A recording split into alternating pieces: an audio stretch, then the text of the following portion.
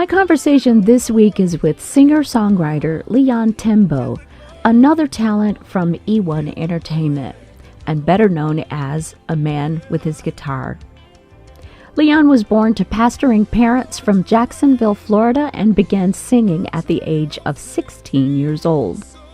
He presents with an emotionally rich repertoire of passionate worship music and faith-focused love songs. We sat down with Leon not long after the completion of his latest projects, Invitation to Worship and Invitation to Love. Come join our conversation where you will be inspired and you might even get a few chuckles. Here's Leon Timbo, not Tebow.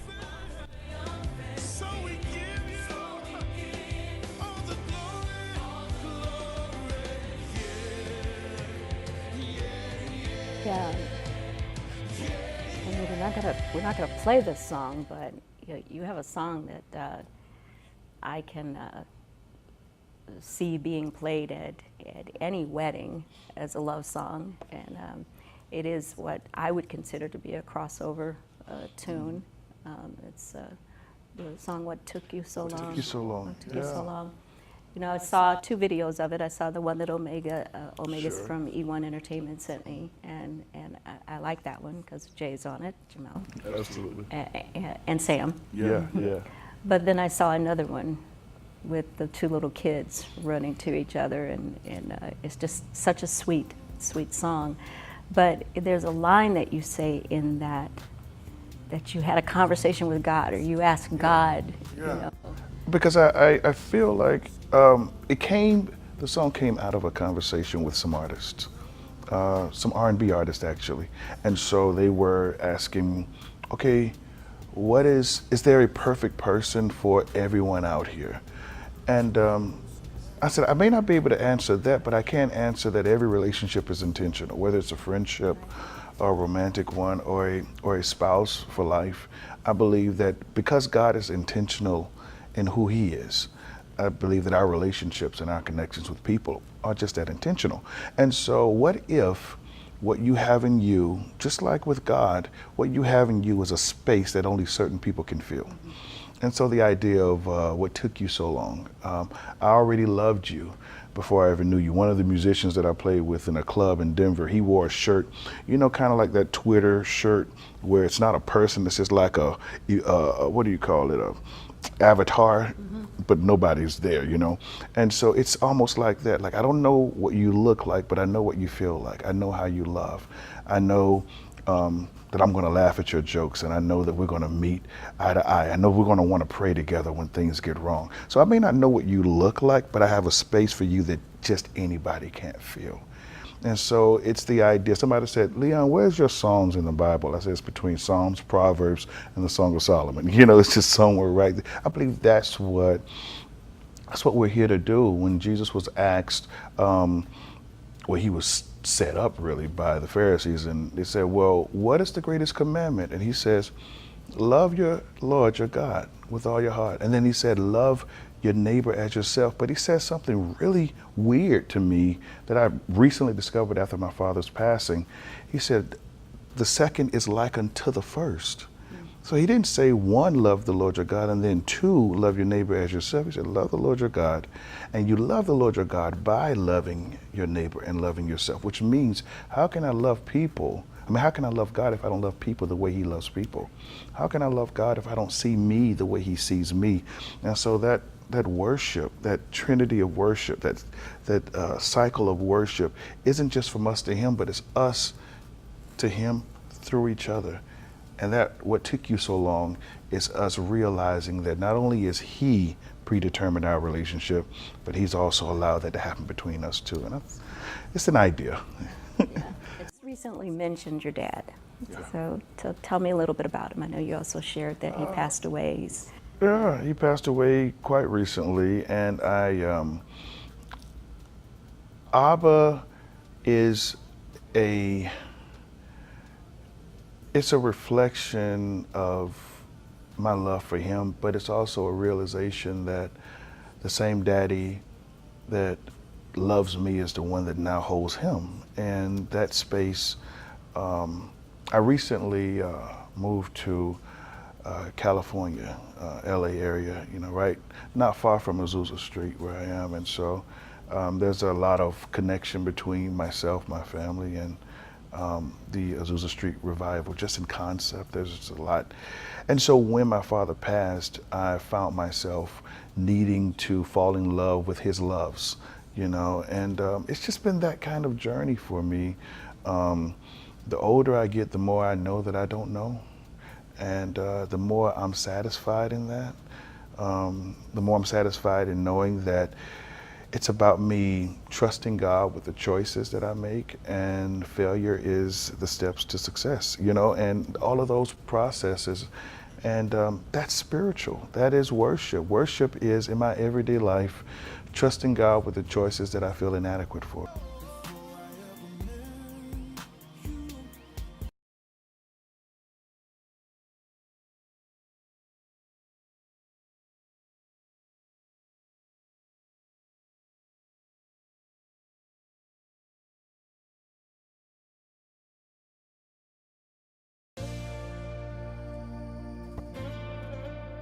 Wow. Just, there's just So much something to that, that. Yeah, there's so much to that space. Bishop, I wasn't even supposed to be there that Sunday. Fred Hammond was supposed to be oh, there that Sunday. okay. Uh, and worship wasn't supposed to be that extended.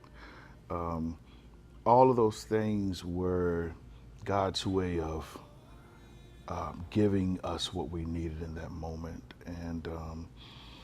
And Abba landed for me because it was probably the first time I had really embraced it that way after my father's passing. And so while everyone was singing, I was kind of in that moment, um, letting it work in me. Um,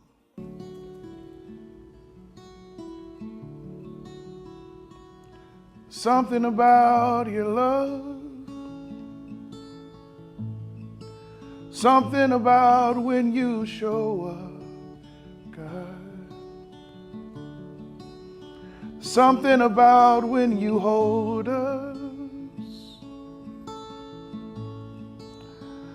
something about when you call my name.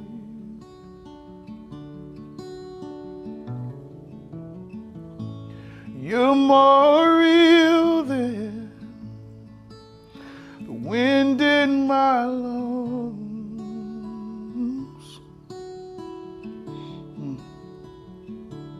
Yeah, you're more real than the ground I'm standing on. Yes, you are. Your thoughts define me. You're inside of me, Lord. You are my reality. Ooh, you are.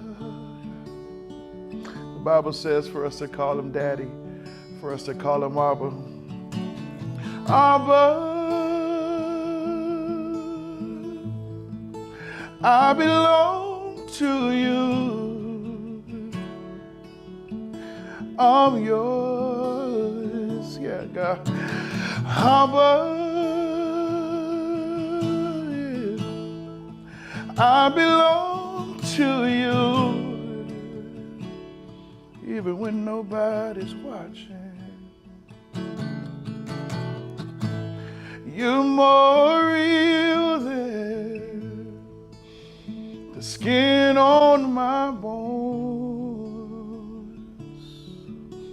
Yes, you are. Yes, Lord.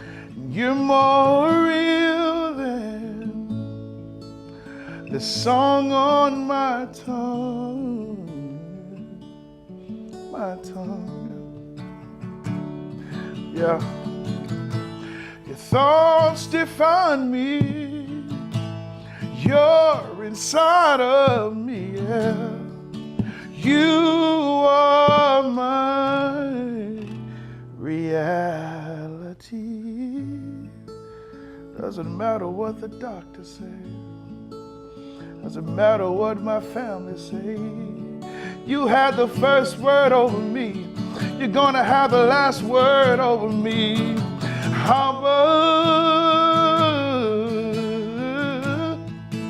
I belong to you. I've got your DNA. I've got your blood in me, Lord.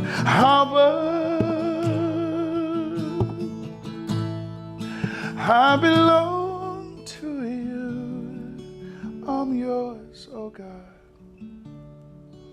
I'm yours, oh God. Even when my mother and father forsake me, that's when you take me up. You always know what you're doing, God, yeah. And I'ma sit right here in your lap and trust you with me. I trust you with me. I trust you with what I can't see. Ooh, Daddy, I trust you with me. Daddy, I trust you with me. Ooh, Daddy, I trust you. Baba, I trust you. Baba, I trust you with me.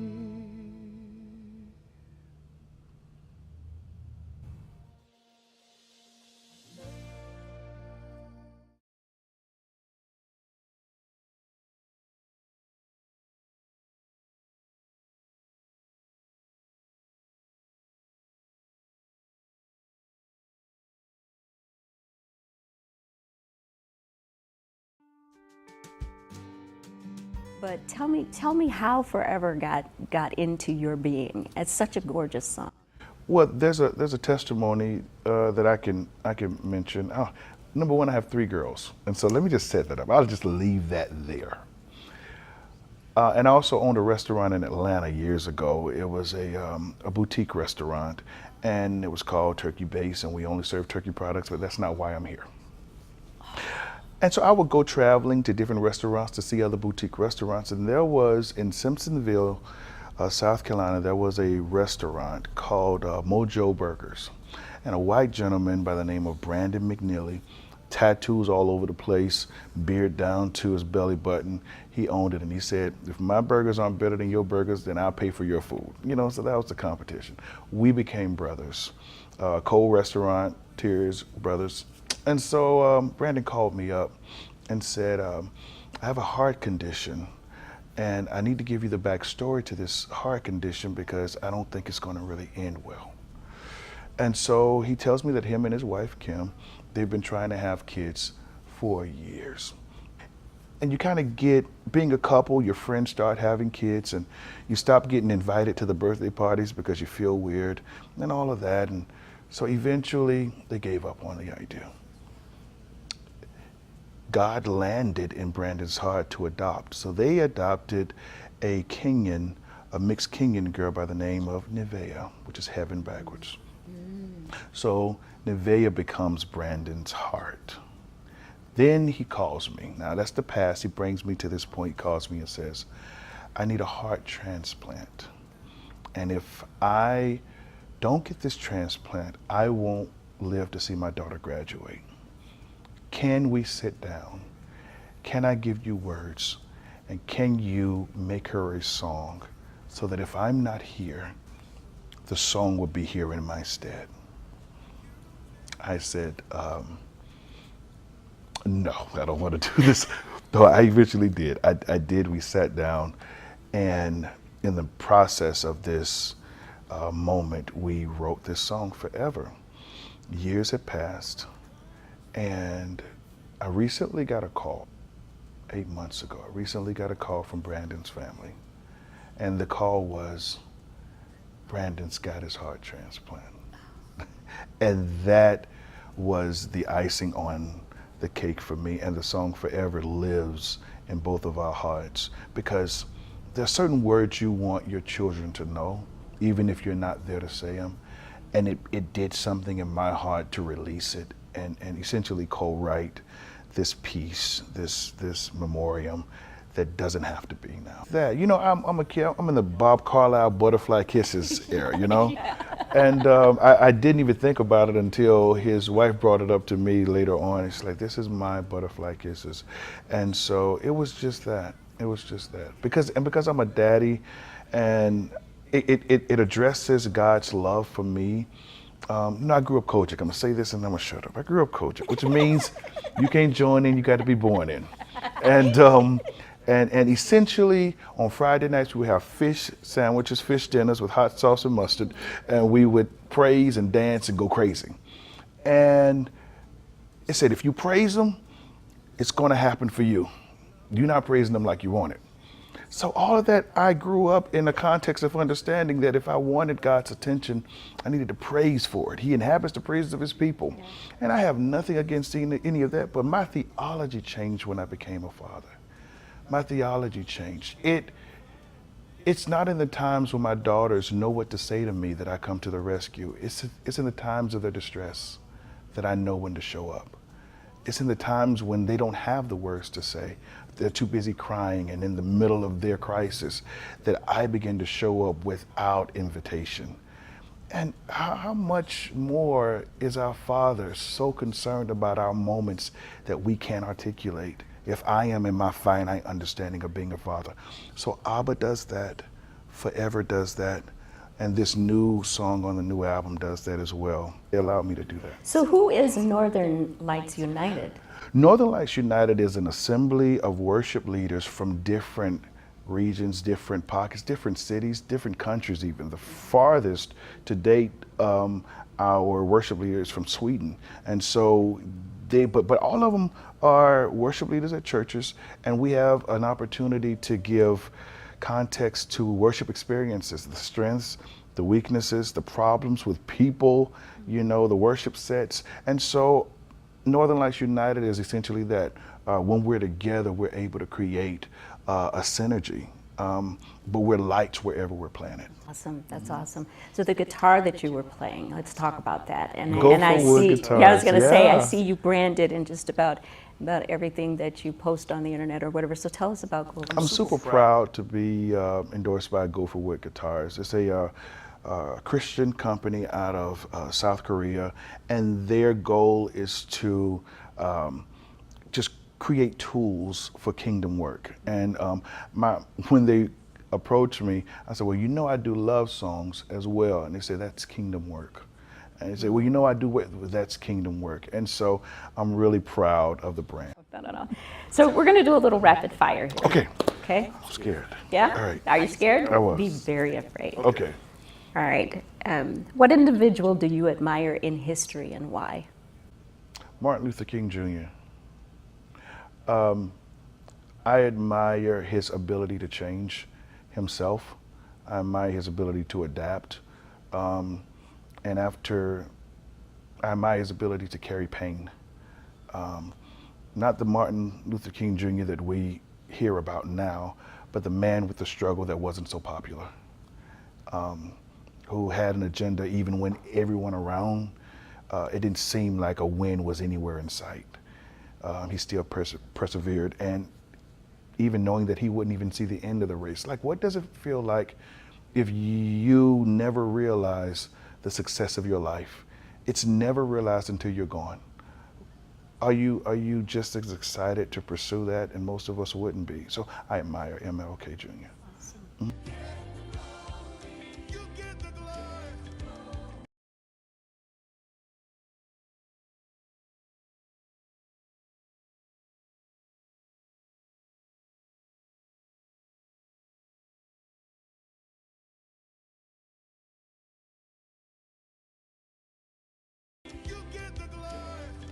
Really? Okay, let me rein this in a little. we were trying to talk about your name, and we just lost it. So Pronounce it for me. Okay, my first name is Dontaniel Jamel Kimbrough. Okay, Dontaniel Jamel Kimbrough. I just call you Jay. Yeah, call him Jay. Call him Mr. Jay. Key him up. Mr. Key 'em Up. Mr. Key him up.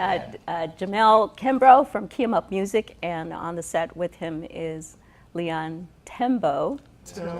Timbo. A gospel artist, and the two of you have worked together on a couple of projects. One of them was the love song that we talked about a little bit earlier. And what was the second song that you guys worked on? Well, it's two albums, two EPs, The Invitation to Love and The Invitation to Worship.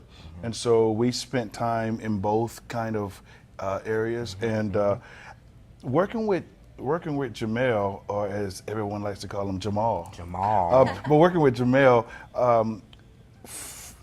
I guess the tension is being authentic in the space that we're in, and trying to be as detailed about the small things that people don't realize that moves them. So that's his space. My space is, let me sing it, let me feel it, and let it be done. And he's like, yeah, but that ain't it. That's great if you're on stage, but in the studio, you have to be particular. But see, my thing is, I have the task of trying to create a comfort zone for the artist in the studio, because it's a bit intimidating. Yeah, it's cold. It's cold. It's nobody non-personal. There. Yeah, and you don't even know if you're hitting it right or wrong. And you're not getting any feedback from an audience. There's nothing. He mentioned one thing to me. We were in the studio, and there were people in the booth, well, in the control room, and he asked the people, can you leave out of the room if you're going to be on your phones? And it made sense, because it felt like you weren't really paying attention to what I have to say, So either leave out or engage. It's the same as being, in a church setting. Have you come across any artists that are difficult to work with? Absolutely. And most artists, they are. We're all difficult to work with. Yeah, and he was pretty easygoing, but I've seen artists that were just, I call the word diva. They're divas, because they feel a sense of entitlement, and I should cater, but they forget that we're working together, so we have to respect each other, but the relationship we have, and it was just, the camaraderie was just amazing. So I didn't feel the diva, vibe from Leon. I just wanted to make sure Leon Timbo was comfortable. So yeah. So let's talk a little bit about Invitation to Worship. Northern Lights United. Northern Lights United. That's the project that you worked on Absolutely. with him. Talk about what it's like working with that Well, project. it was interesting to me, Sybil, because the band is fairly new, right? Am I right? Young They were guys. new, and I can tell just from the initial session that we had, we needed to learn each other. We needed to learn what our intention was, our sound sonically. So my task was to figure that out first, and very quickly, because we had a week to record 10 songs. A week? A week, and it was just like, okay, I don't think we know each other yet, and that's fine, I get it, but it was just, it was tough to get past, that first couple days, just to be honest. Jamel was not having it. He was not having it. He was because you start with he's trying to be nice about it, but we'll be tracking, and he's like, this is not working. Yeah. This is not working. Next in thing, my own way, And then the next day he's making choices like, no. Yeah. We only got a certain amount of time to do this, and it can hurt your feelings. Yeah, sure, it can be really personal, and they say it's not, but it is. It's personal. If you're not bringing the ability to jump in and build the sound together, if you're not doing it, it's very personal. Yeah. We're telling you you've not done your homework. Absolutely. We're telling you you've not practiced, you've not worked it out. So. When he says it, to say, oh, it's not personal, we just need to, no, it's very personal, and you should take it that way. And everybody has a part to play, so I have a part to play. Yeah. And if I'm not playing my part, then we lose the structure, of the situation. We're only as good as our weakest link, so my job is to make sure we all rise together, so I'm going to encourage you. I can tell where you weak, so I'll say something in the mic. Ooh, that was nice, and just anticipating the next band lick or, key change. I just want them to feel good about what they're doing, and everybody just plays much better when they feel good, playing with each other. That's so good. I think any artist should never be on stage alone. It's so funny. We have the audacity to step on these, shows, and we kind of step on. Thank you very much for, I wouldn't have been able to do this without myself, And the funny thing is, most artists are not producers. They're not songwriters, and there's such a team. Yeah. If we be honest, Jamel is as much of these albums as I am, and without his input, you're welcome, Jamal. Without his input, and you can hear his choices. You can hear the color of who he is and how he expresses in my music, and so if I can use the term, the marriage of that space, it's now forever. Be careful with that marriage word. I'm sorry. Yeah, she's not Miss going to Kiyobo. like that. I'm not going to be side chick Kiyobo. I'm not going to do that. Oh man, that was good. I'm here all week. Yeah. But if it wasn't for Jamel, I wouldn't have had the sound. I wouldn't have found the sound. And you don't just find it with the band. You don't just find it with great singers. You find it with vision. Wow. And having a producer that has vision, that finds vision, that can articulate it, is worth more than gold. Wow. And so I just wanted to say that while I had the opportunity. Well, give me my gold, man. I got you. Love this, man. That's it. Thank you. Good. You're my gold.